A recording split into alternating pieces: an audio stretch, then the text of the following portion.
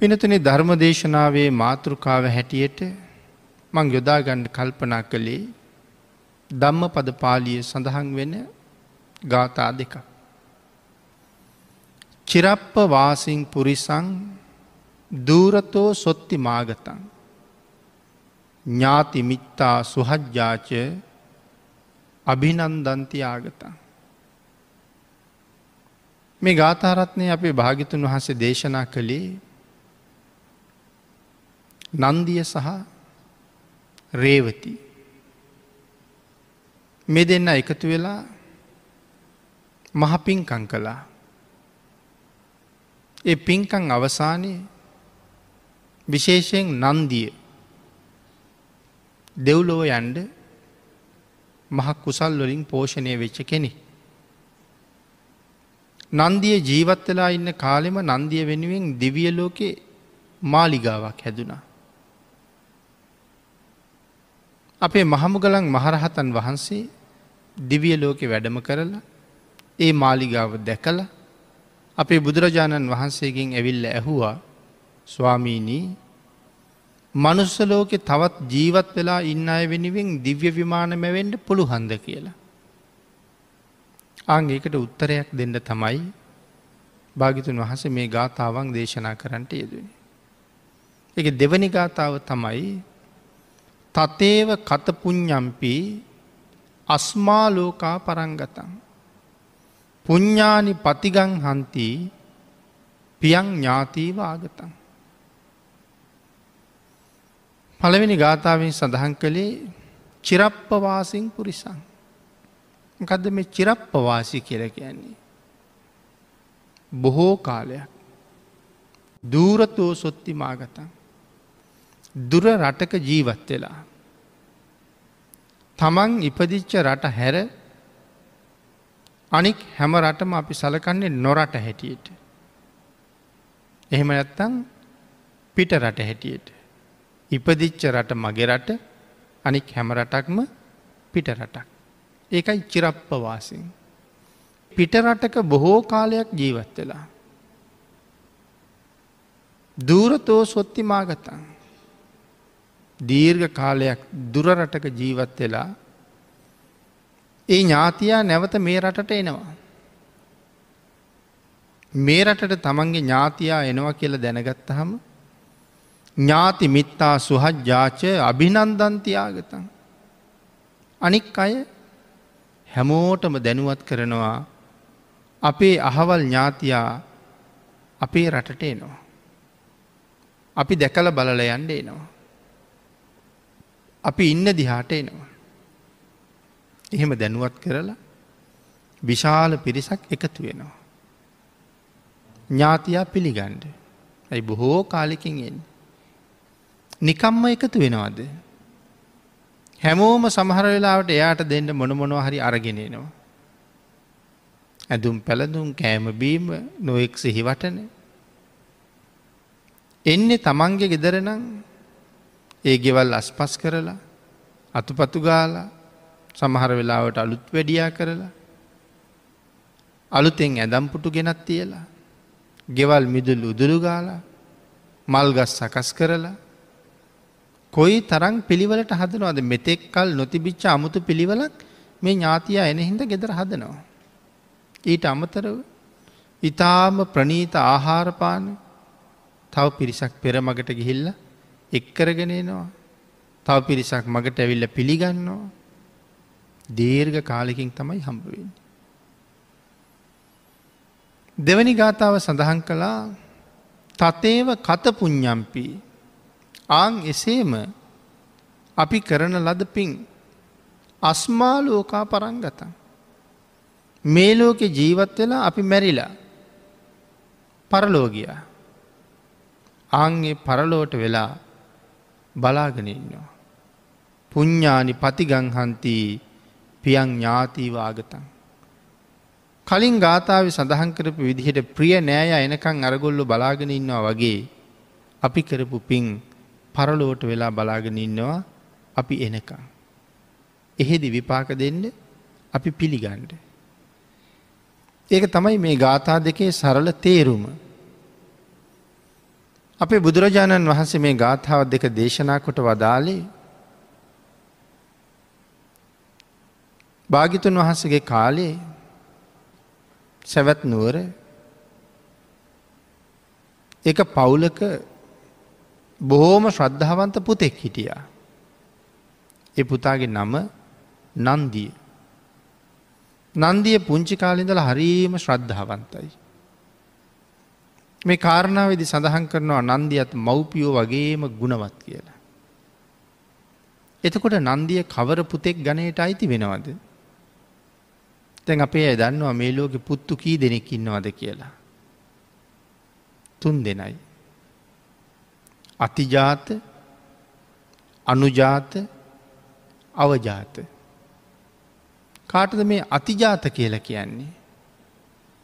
අතිජාත කියලා කියන්නේ තමන් බිහි කරපු මව්පියන්ට වඩා මව්පියෝ යම්සේ ගුණවත් ඒ මව්පියන්ට වඩා ගොඩාක් ගුණවත් දරුවෝ ඉන්නවා. ආන් ඒ දරුවන්ට කියන්නේ අතිජාත පුත්තු කියලා. බිහි කරපු මව්පියන්ට වඩා දරුවා ගුණවත්. අනුජාත කියලා කියන්නේ මව්පියෝ යම්සේ සැදැහැවත්ද දරුවොත් ඒ වගේම ශ්‍රද්ධාවන්තයි. ඒගොල්ලන්ට කියන්නේ අතිජාතයි කියලා. අනුජාතයි කියලා. අවජාත කියලා කියන්නේ මව්පියෝ යම්සේ ගුණවත්ද මේ අය මව්පියන්ට වඩා පල්ලැහැ ගුණයක් තියෙන අය. ආන් ඒගොල්ලන්ට තමයි අවජාත කියලා කියන්නේ. එතකොට අතිජාත මව්පියන්ට වඩා උසස්, අනුජාත මව්පියෝ හා සමානයි, අවජාත මව්පියන්ටත් වඩා ඊටාම පහත් ගතිගුණ තියෙන අය. මව්පියෝ ගුණවත් නමුත් දරුවෝ ගාව තියෙන්නේ පහත් ගතිගුණ. අවජාත දරුවෝ. දැන් නන්දිය ගැන සඳහන් කරනකොට මව්පියන් සේම සැදැහැවත් කියලා කියන්නේ. එහෙනම් ඒ අනුජාත පුත්‍රයෙක්. බොහොම ශ්‍රද්ධාවන්තයි, හැදිලා වැඩිලා ලොකු මහත් වෙලා දැන් තරුණ වයසට ඇවිල්ලා. තරුණ වයසට එන්න මෙයා කරන පින්කම් බොහෝම අවබෝධයෙන් වැඩියෙන් කරගත්තා. දැන් පුතා තරුණ නිසා අම්මා තීරණය කළා දැන් පුතා විවාහ වෙන්න වයසත් හොඳයි කියලා. පවුලට සම්බන්ධ ඥාති ගෙදරක හිටිය තරුණ දුවක් ඒ වයසෙම වගේ. අම්මා හරි කැමති ඒ ඥාති දුව පුතාට විවාහ කරලා දෙන්න. හැබැයි ඇය ශ්‍රද්ධාවන්ත නැහැ. ඒ හින්දා නන්දිය ඇයට අකමැති. ඇගේ නම රේවති. අම්මා රේවතීට කිව්ව පුදුවේ අහවල් දවසෙත් පුතා ලොකු පින්කමක් ලැහැත්ති කරලා. ඒ පින්කමට යන්. පුතා ඔබ විවාහ කරගන්න අකමැති වෙන කාරණාවක් හින්දා නෙමෙයි, ශ්‍රද්ධාව නැති හින්දා. ඔබත් එක්ක විවාහ වුණාම ගැළපෙන්නේ නැති නිසා ඔහු කරන පින්කම් වලට ඔබෙන් බාධා වෙයි කියලා ඔහු හිතනවා. නෑ, ඔහු කරන හැම කටයුත්තකටම ඔබ මහත් සම්පතක් වෙන්න ඕනේ. ඔහුට බොහෝසේ උදව් කරන්න ඕනේ. අහවල් දවසේ පින්කමට කලින් ගෙදර ගොම මැටි ගාලා අලුත් වැඩියා කරනවා, පිරිබඩ කරනවා. ඒ කටයුතු කරන්න යන්න. භික්ෂූන් වඩින දවසෙත් උදේම ගිහිල්ලා ආසන පනෝලා හාමුදුරුවෝ වඩිනකොට පාත්‍රා ටික අරගෙන හොදලා පිහලා ගෙනල්ලා පිරිසිදු කරන්න. පිරිසිදු කරලා පිළිගන්වන්න. දානේ වළඳලා ඉවර වුණාමත් ඉඳුල් අස් කරලා පිරිසිදු කරලා පිළිගන්වන්න. පුතාට මහා සහයෝගයක් දෙමින් මේ කටයුතු වල යෙදෙන්න. එහෙම වුණොත් ඔහු ඔබ පිළිබඳව කැමැත්තක් ඇති කර ගනී කියලා. ඇය ඒ කියපු විදිහටම වැඩ කළා. දානෙන් පස්සේ අම්මා නන්දියට කියනවා පුතේ දැන් රේවතී හොඳයි නේද? එහෙනම් විවාහ වෙමු දැන්. මව්පියන්ගේ ඉල්ලීමත් එක්ක විවාහ වුණා. හැබැයි රේවතී එතන ඉඳලා බොහොම ශ්‍රද්ධාවෙන් වැඩ කළා. අම්මා තාත්තා මැරිලා ගියා. රේවතීට කිව්වා දිගටම මට උදව් කරන්න. පින්කම් වලට සහයෝගය දෙන්න. මට මහත් වූ මිත්‍රයෙක් වෙන්න. මට කවදාවත් පාප මිත්‍රයෙක් බවට පත් වෙන්න එපා. ඇයි එහෙම සඳහන් කළන්නේ. එහෙම හිතන්නේ. සමහර වෙලාවට පිරිමි අය හරීම ශ්‍රද්ධාවන්තයි. එවුනට කාන්තාවගේ ළඟේ ශ්‍රද්ධාව නෑ. එතකොට පිරිමි අයට පින් කරන්න හරි බාධයි. අරගොල්ලු හරියට බලපෑම් කරනවා. කැමති නෑ පින්කං වලට. මේ අය පින්කං යොදාගන්නකොට ඒ අය ඒගොල්ලන්ගේ වෙනත් අවශ්‍යතා ගැන කතා කරනවා. ගමන් බිමන් යොදාගන්නවා. ඒ ගමන් බිමන් වලට නොගියොත් ගෙදර රණ්ඩු සරුවල්. ගියොත් පින්කං කරන්න හම්බෙන්නේ. මේ වගේ මහා ප්‍රශ්න ගොඩකට මැදි වෙලා අන්තිමට මහා අවුල් ජාලාවක් වෙනවා. අන්තිමට පින් කරන්න ලෑස්ති වෙලා හිටපු අය හැමදාම අඬදබර වෙලා ද්වේෂයෙන් දෙවි මහ කුසල් රැසක් සම්පූර්ණ කරනවා. කාන්තාව ශ්‍රද්ධාවන්තයි පිරිමි අය පිනට කැමති නෑ. එහෙම වුණත් එතන ඇතිවෙන්නේ මහා ආරවුල්. ආන් ඒ නිසයි කියන්නේ මට මහත් මිත්‍රයෙක් වෙන්න. මේ කාරණාව විස්තර කරනවා නම් පින්නතුනි බොහෝ ගැඹුරට එක වචනයක් විස්තර කරන්න පුළුවන් සෑහෙන කාලයක්. මේ මනුස්ස ජීවිතයක් හැමදාම හම්බෙන්නේ නෑ. ඒක හරි දුර්ලභ වස්තුවක්. ලැබුණත් බුද්ධාන්තරයක ලැබෙනවා කියන එක පරම දුර්ලභයි. එහෙම ලැබුණත් අංග ප්‍රත්‍යංගයන් නිරෝගීව ලැබෙනවා කියන එක තවත් දුර්ලභයි. අපි ඔය ඔක්කොම ලබාගත් අය. සියල්ලම සම්පූර්ණයි. මනුස්ස ජීවිතයක් බුද්ධාන්තරයක ලැබිලා මිත්‍යා දෘෂ්ටික නොවී අංග ප්‍රත්‍යංග හොඳට ලැබිලා. සංසාරය පුරාම අපි හුඟාක් වැඩ කළා. එදිනෙදා වැඩ කිය අපි ජීවත් වුණා. අදත් එහෙම සමහර අය ඉන්නවා.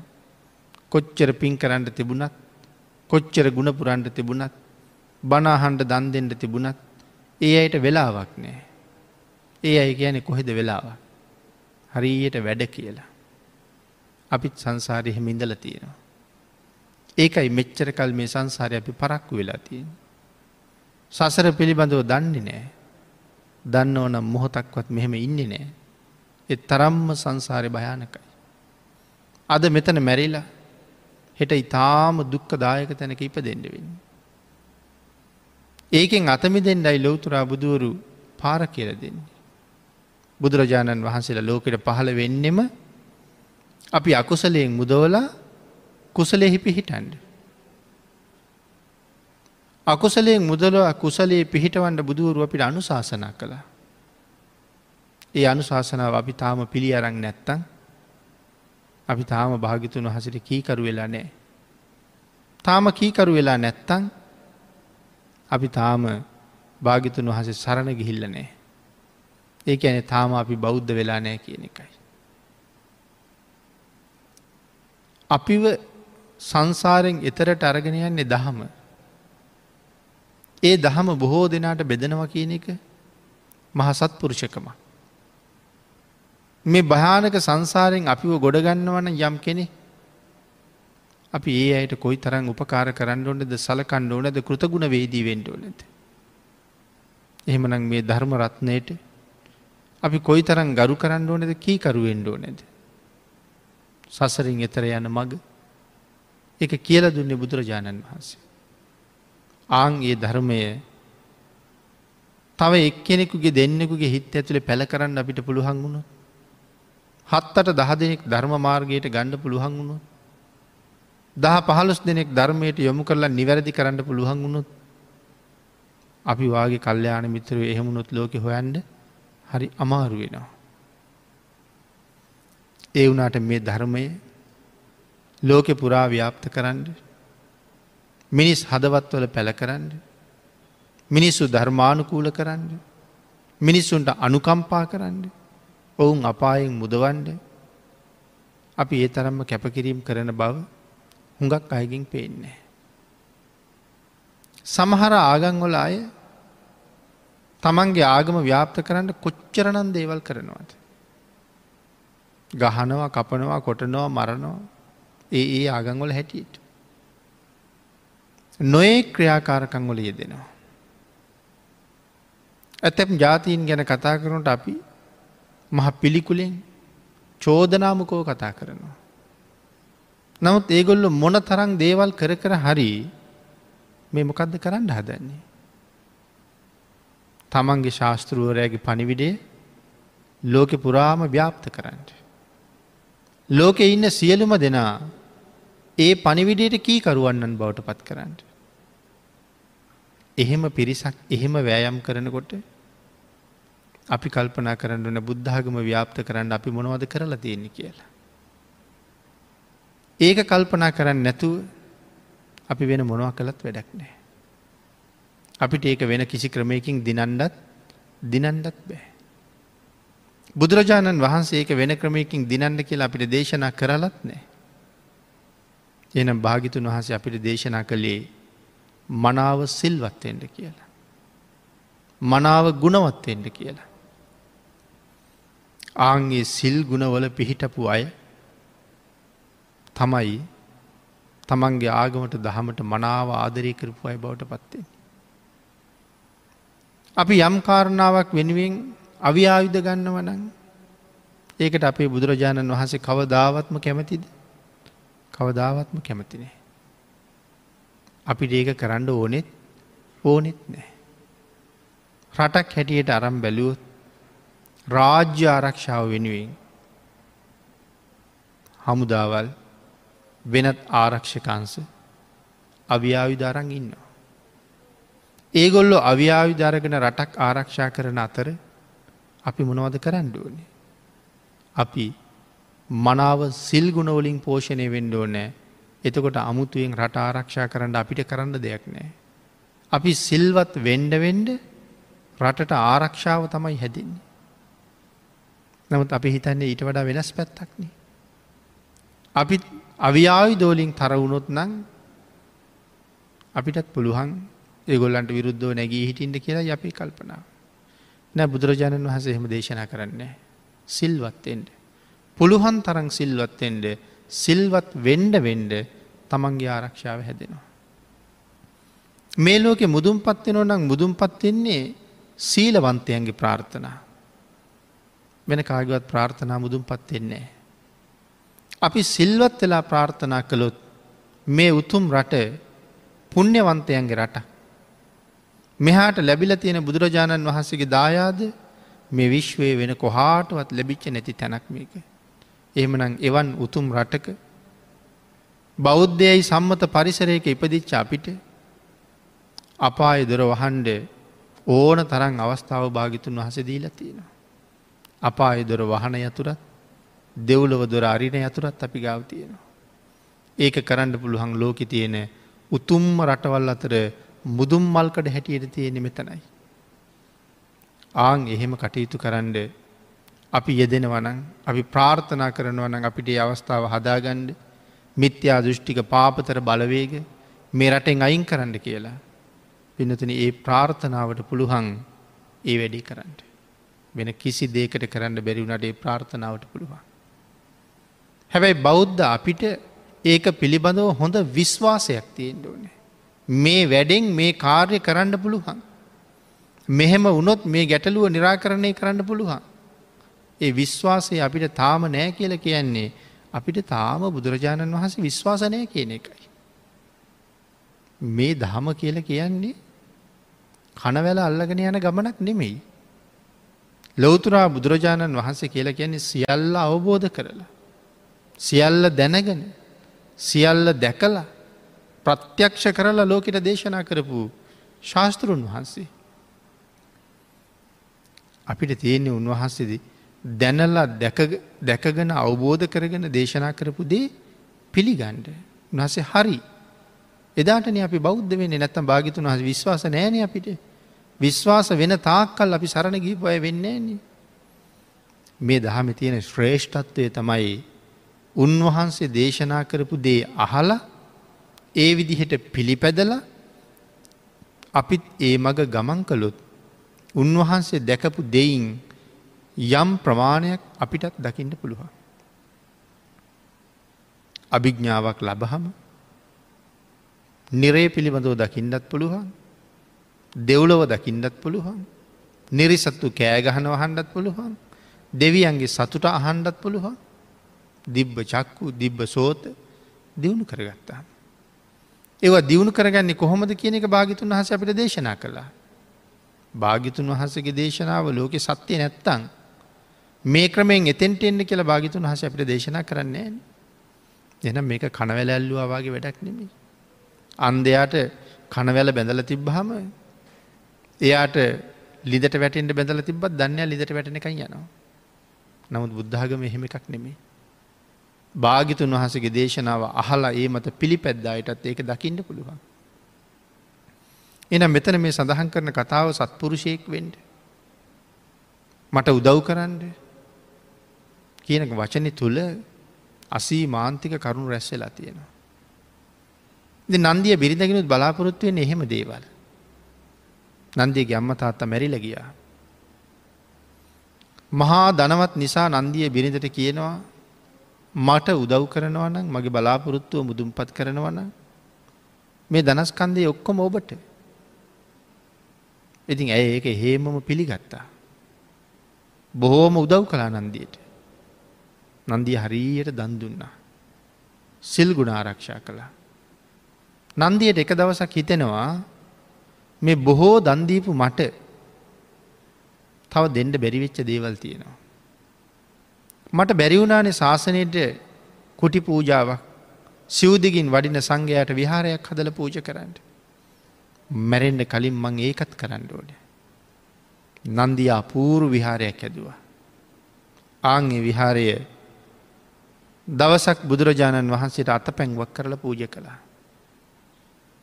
පින්නතුනේ අතපැන් වඩනවත් එක්කම නන්දිය වෙනුවෙන් 30 යොදුන් උස 30 යොදුන් පළල 60 යොදුන් උස විශාල දිව්‍ය විමානයක් පහළ වුණා. අපේ මහමුගලන් මහරහතන් වහන්සේ දිව්‍ය ලෝකෙට වැඩියහම මේ විමානෙ ගාවට වැඩියා. දිව්‍යාංගනාව බොහෝම පිරිලා හිටියා. අනිත් පරිවාර දෙවියෝ ඇවිල්ලා වඳිනකොට මේ විමානේ දිව්‍යාංගනාවොත් ඇවිල්ලා වැන්දා. මේ තේජවන්ත රන්වන්ව බබලන මේ මහ විමානේ කාගේද කියලා ඇහුවා. අර දිව්‍යාංගනාව කියනවා ස්වාමීනි මේකේ අයිතිකාරයා තව ඉන්නේ මනුස්ස ලෝකේ කියලා. රහතන් වහන්සේ තව තව දෙවිවරු මුණ ගැහෙන්න ගියා. තව බොහෝ අය ඒක කතා බහ කළා. අන්තිමට මනුස්ස ලෝකෙට වැඩලා බුදුරජාණන් වහන්සේ ළඟට ගිහිල්ලා අහනවා ස්වාමීනි මනුස්ස ලෝකේ ජීවත් වෙන අය වෙනුවෙන් දිව්‍ය ලෝකේ මාලිගා මැවෙන්න පුළුවන්ද කියලා. භාග්‍යතුන් වහන්සේ අහනවා මොග්ගල්ලානේ ඔබ මාලිගාවල් ගාවට ගිහිල්ලා කරුණු අහලා දැනගෙන ප්‍රත්‍යක්ෂ කරගෙන ආපු කෙනෙක්. තව මොනවද මගෙන් අහන්න ඉතුරු වෙලා තියෙන්නේ කියලා.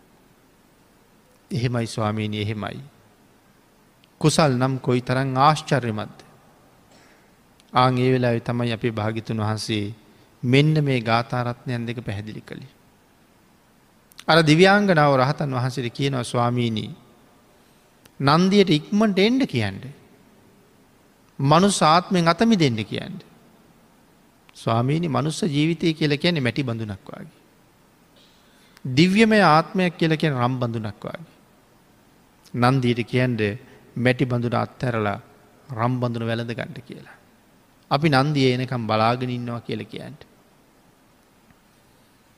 මේ කාරණාවයි පැහැදිලි කළේ. එහෙනම් භාග්‍යතුන් වහන්සේ එතකොට තමයි පැහැදිලි කළේ මොග්ගල්ලාන දුර රටක ඉඳලා එන නෑදෑයෙක් පිළිගන්න මේ රටේ අය රැස් වෙලා ඉන්නවා වාගේ. අපි කරගත්ත පින් මේ ජීවිතය අතහැරලා එනකන් බලාගෙන ඉන්නවා අපි පිළිගන්න. එතකොට අපි කොහොම පින්ද මේ ජීවිතේ කරලා තියෙන්නේ? අපි පින් කරපු හැටියට ඒ පින් ලෑස්ති අපි බාර ගන්න. බුදුරජාණන් වහන්සේ විශේෂයෙන් පැහැදිලි කරනවා පින් කළ අය කියන තැන මේ කත පුඤ්ඤෝ කියන කාරණාව. පෙර පින් කරලා තියෙනවා නම් ඒක මංගල කාරණාවක්. මංගල සූත්‍රයේ සඳහන් වෙනවනේ. පෙර පින් ඇති බව මංගල කාරණාවක්. මංගල කාරණා කියලා කියන්නේ ලෝකේ නිවනට යන්න තියෙන විශිෂ්ටතම කරුණු 38. ඒ අතර පෙර පින් තියෙන බව සඳහන් කරනවා. එහෙනම් මේ පින්කම සිදු කරන මේ සත්පුරුෂ පිරිස මේ බණ අහන අය මේ හැමෝම පෙර පින් තියෙන අය. ඒ බව අපේ ජීවිතවලින් හොඳට විද්‍යමාන වෙනවා. කොහොමද විද්‍යමානය වෙන්නේ අපෙන් පෙරපින් තිබ්බ කියලා. අපිට හම්බෙලා තියෙන ඇස් දෙක අපිට කියන්නේ අපිට හුඟක් පෙරපින් තිබ්බ කියලා. ඇයි පෙරපින් තිබ්බ හින්ද තමයි අපිට ඇස් හම්බ වුණේ. සමහර අයට ඇස් නෑනේ. මනුස්ස වෙලා ඉපදුනාට ඇස් පේන්නේ. එහෙමනම් ඇස් දෙකක් ලබන්න තරම් සම්පූර්ණ කරපු පින් මදි. අපිට හොඳට හිතන්න පුළුවන් මානසිකත්වයක් හම්බ වුණේ පෙරපින් කරපු නිසා. පෙර බොහෝ පව් කළා නම් සුරාපාන ආදී අකුසල් නිතර රැස් කළා නම් සමහරලාට ලැබෙන උප්පත්තිය බොහෝ වෙලාට උම්මත්තක වෙන්න තිබ්බා. උපදිනකොටම උම්මත්තක වෙන්නත් පුළුවන්. ඉපදිලා කාලයක් ගිහිල්ලා උම්මත්තක වෙන්නත් පුළුවන්. ඔය දෙගොල්ලම අපි මේ ලෝකේ දකිනවා. ඒ තමයි පිණුතුනි සුරාපානයේ තවත් විපාක. නිරේවල් වල දුක් විඳලා විඳලා අවශේෂ විපාක හැටියට නැවත මනුස්ස ජාතිවල වෙන පින් වලින් එනවා. ආවට උමතු බවක් තියෙනවා. මන්ද මානසික බවක් තියෙනවා. සුරාපාන වල විපාක. එතකොට එහෙම පව් සංසාරේ අපි කරලා නැහැ. සමහර වෙලාවට අපිට හැදෙන සමහර ලෙඩ විශේෂයෙන් මේ මිත්‍රද්‍රෝහීකම කියන එක. අපි හරියට මිතුරන්ට ද්‍රෝහි වෙනවා. අපි හරියට පොරොන්දු කඩ කරනවා. එතකොට මොකද වෙන්නේ? නිරයගාමී වෙලා පවා දුක් විඳින්න වෙනවා. මිත්‍රද්‍රෝහී අකුසලයේ කියලා කියන්නේ හරි භයානක අකුසලයක්. මිතුරා කියලා කියන්නේ කොයි තරම් වටිනා කෙනෙක්ද? හැබැයි මිතුරෝ කියලා කියන්නේ හරි ශ්‍රේෂ්ඨ උත්තමයන්ට මිත්‍රයෝ කියලා කියන්නේ. පොරොන්දු කඩ කිරීම ස්වාමියා බිරිඳට තියෙන පොරොන්දුවත් බිරිඳ ස්වාමියාට තියෙන පොරොන්දුවත් කඩ කරනවා කියලා කියන්නේ භයානක අකුසල. අපි මේ පොරොන්දුව තහවුරු කරගන්නේ සමහරලාට විවාහ වෙනකොට ඔවුනොවුන් විවාහ කරලා දෙන්නේ අතපැන්වක් කරලා. ඒ කියන්නේ ජලය සාක්ෂී තනතුරේ තියාගෙන තමයි ඒ විවාහය සිද්ධ වෙන්නේ. ඒ දෙන්නම පොරොන්දු වෙනවා. මෙතන ඉඳලා මේ ජීවිතේ තියෙනකම් මං කවදාවත් මෑ ඉක්මවන්නේ නැහැ කියලා. ඇයත් පොරොන්දු වෙනවා මං කවදාවත් මොහු ඉක්මවන්නේ නැහැ කියලා. ජලය සාක්ෂී කරගෙන ලොකු පොරොන්දුවක් දීලා තියෙන්නේ. හැබැයි හුඟක් තැන්වල දකින්නේ වැඩි කල් යන්න ඉස්සරලා ඒ පොරොන්දුව නිකම්ම ඉක්මවල ගිහිල්ලා. අනියම් සම්බන්ධතාවලට ගිහිල්ලා. පෞල් ජීවිතේ කඩා හිරිනවා. ආන් ලොකු පොරොන්දුවක් කඩ කළා. අනිත් එක මිත්‍රද්‍රෝහී වුණා. මේ ස්වාමියා ඇය බාරගත්තේ මුළු ජීවිත කාලෙම ඇය පෝෂණය කරන්නම් කියලා. තමන් පෝෂණය කරන ස්වාමියෙක් ඉන්නකොට අන් පුරුෂයන් පිළිබඳව හැඟීම් ඇති කර ගැනීම බරපතල අකුසලයක් හැටියට දේශනා කළේ. ආන් එහෙම වෙච්චහම මේ මිත්‍රද්‍රෝහී කාරණාව මීට වඩා හුඟ ගැඹුරට කතා කරන්න ඕනේ. මිත්‍රද්‍රෝහී වුණහම ආය සංසාරේ ඉපදිච්චහම අපේ ශරීරයේ ක්‍රියාත්මක වෙන සෛල පවා අපිට විරුද්ධව ක්‍රියාත්මක වෙනවා. ඒකේ ප්‍රතිඵල හැටියට මොනවද වෙන්නේ? අපි සමහර වෙලාවට දකිනවා ඔය ඇඟේ කබර හැදිලා කියලා අපි කියන්නේ. තමන්ගේම ශෛල තමන්ට විරුද්ධ වෙලා. ස්වාභාවික පෙනුම සම්පූර්ණ වෙනස් වෙලා. ඇයි අර මිත්‍රද්‍රෝහීකම් ආපහු පළ දෙන හැටි. කර්මය ගැන භාග්‍යතුන් වහන්සේ තරම් විශ්වයට පහදලා දුන්න තවත් ශාස්ත්‍රවරයෙක් මේ ලෝකෙ කොහෙවත් නැහැ. ආන් ඒ වාගේ භයානක කර්ම කොයි විදිහට විපාක දෙනවද කියලාවත් හිතා ගන්න බෑ. පින්නතුනි තාම අපිට එහෙම දෙයක්වත් වෙලා නැහැ. ඒ කියන්නේ පෙරපින් තියෙන බවනේ කියන්නේ. පෙර එහෙම පව් කරගෙන නැහැ කියන කතාවල්නේ කියන්නේ. නමුත් අපි දන්නේ නැහැ අපි කොයිතරම් වාසනාවන්තද කියලා. මොනතරම් පුණ්‍යවන්තද කියලා. ඒක නොදන්න නිසා මේ ජීවිතේ අපි මේ දේවල් මොකක්වත් මායින් කරන්නේ. බොහෝ අකුසල් කරනවා. දේශනාව සඳහන් කළේ නොකල් අටින් මිදලා ඉපදුනහම බොහෝ පින් කරගන්න ඕන කියලා. නොකල් අට කියලා කියන්නේ පින්කම් කරන්න බැරි කාල අටක්. යමෙක් එයින් යුක්ත නම් ඔහු පින් කළේ නැතත් ඔහුට පින් කරන්න අවස්ථාව තිබිලා නැහැ. ඒ අවස්ථාව ලැබිලත් පින් කරගත්තේ නැත්තම් ඔහු අර පුද්ගලයාට වඩා මහා වාසනාවන්තයෙක්. මොනවද මේ නොකල් අට කියලා කියන්නේ? අපායේ ඉන්නවනම් පින් කරන්න බෑ. ප්‍රේත ලෝකේ ඉන්නවනම් පින් කරන්න බෑ. තිරිසනෙක් වෙලා පින් කරන්න බෑ. අසඤ්ඤ තලයේ සහ අරූප ලෝකවල ඉපදිලා නම් පින් කරන්න බෑ. අංග විකල වෙලා ඉපදිලා නම් ඒත් පින් කරන්න බෑ.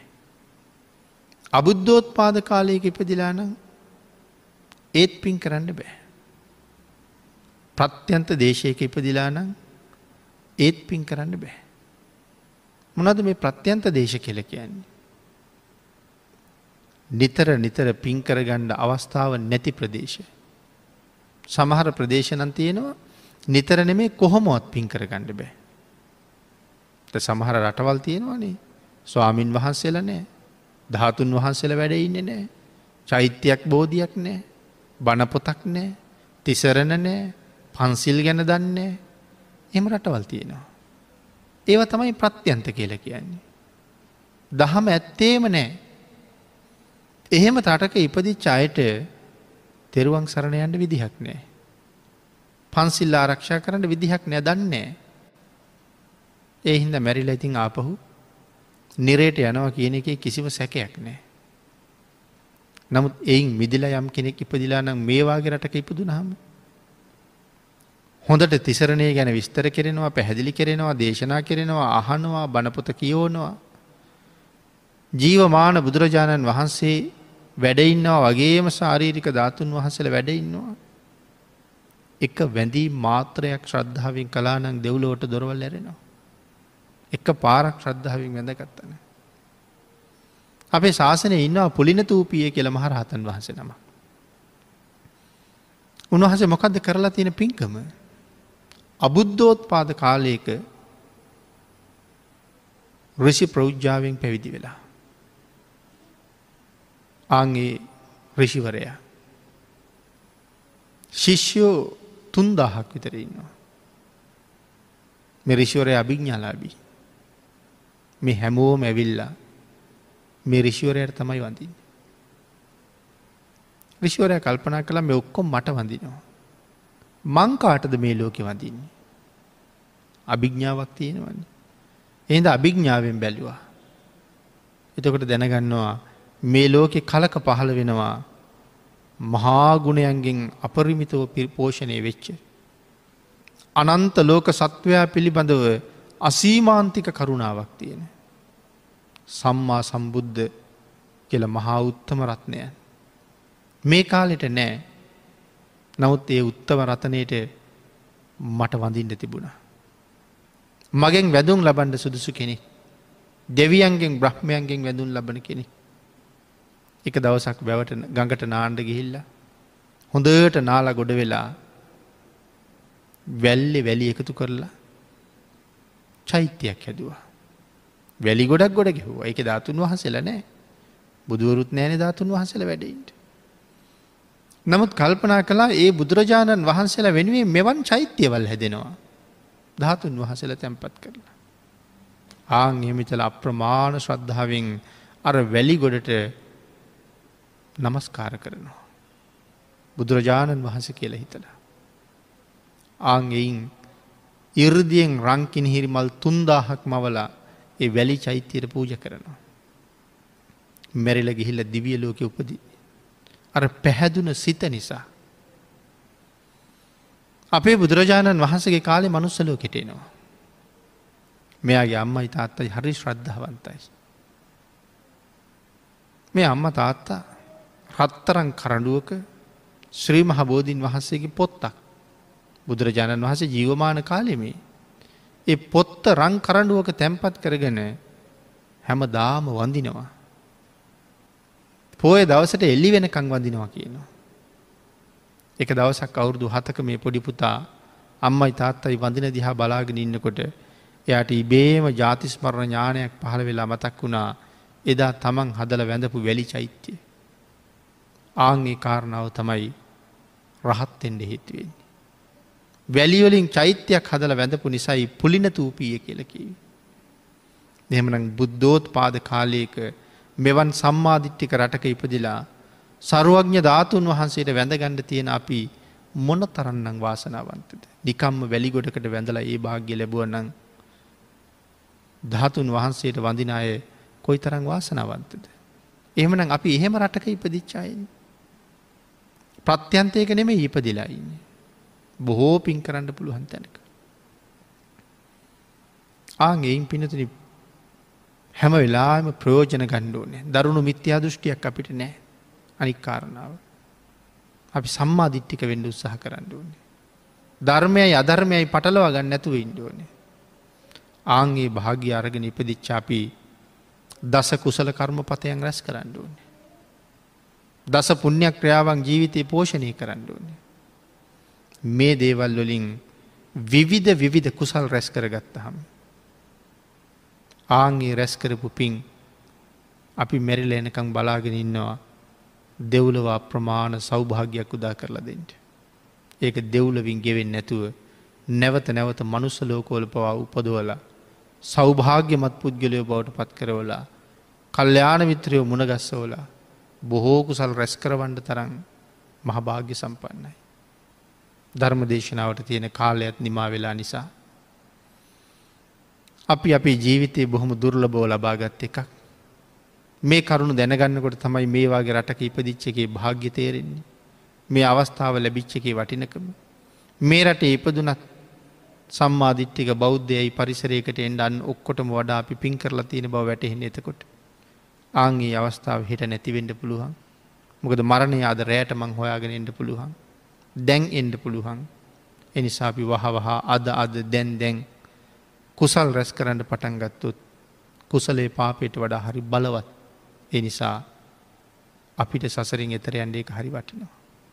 එතෙන්ට යන්ඩ පාර හදාගණ්ඩ මේ පුුණ්‍ය ශක්තිය ලොකු කුඩා ඔබ සියලු දෙනාටම හේතුවේවා. මේ ලැබිච් අවස්ථාවෙන් ප්‍රයෝජන ගණ්ඩ අපිට ශ්‍රද්ධාවෙන් තවත් සිත් පහළ වේවා. අපි සියලු දෙනාටම උතුම් නිර්වාණ ධර්මය අවබෝධ වේවා කියල ප්‍රාර්ථනා කරමු.